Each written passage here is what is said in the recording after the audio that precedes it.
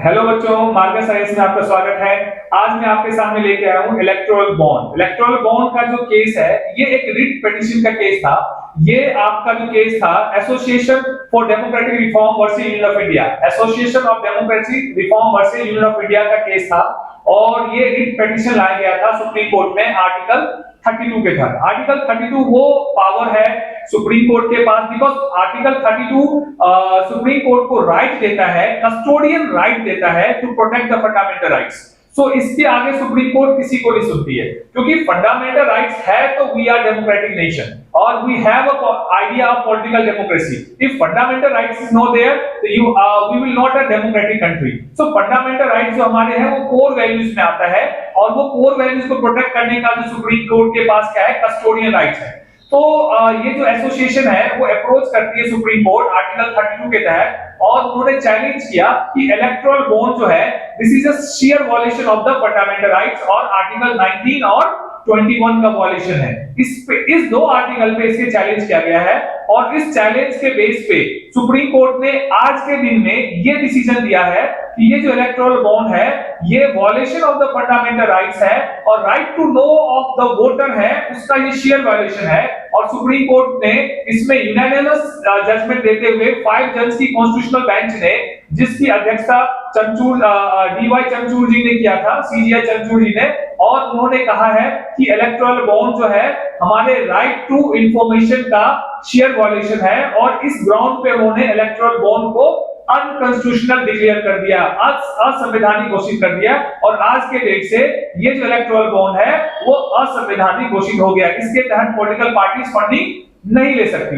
और इन्होंने इस पे खास बात ये भी कहा है कि जो इलेक्टोरल बॉन्ड है वो फेवर करता है रूलिंग पार्टी का, और रूलिंग पार्टी को फेवर करने से क्या होता है, ये जो डेमोक्रेटिक सिस्टम है, जो इलेक्टोरल फ्री फेयर इलेक्शन जो कॉन्स्टिट्यूशनल बेसिक स्ट्रक्चर है, भाई केस पर भारती केस के दौरान सुप्रीम कोर्ट ने हाईलाइट किया था, और इसके बाद से कई ऐसे इंदिरा नेहरू नारायण केस में भी इन्होंने इस केस को हाईलाइट किया कि जो फ्री फेयर इलेक्शन और डेमोक्रेटिक स्ट्रक्चर जो है अपना बेसिक स्ट्रक्चर का पार्ट है, और इस बेसिक स्ट्रक्चर के पार्ट को भी इलेक्टोरल बॉन्ड क्या कह रहा था, किसी ने किसी तरीके से प्रभावित कर रहा था।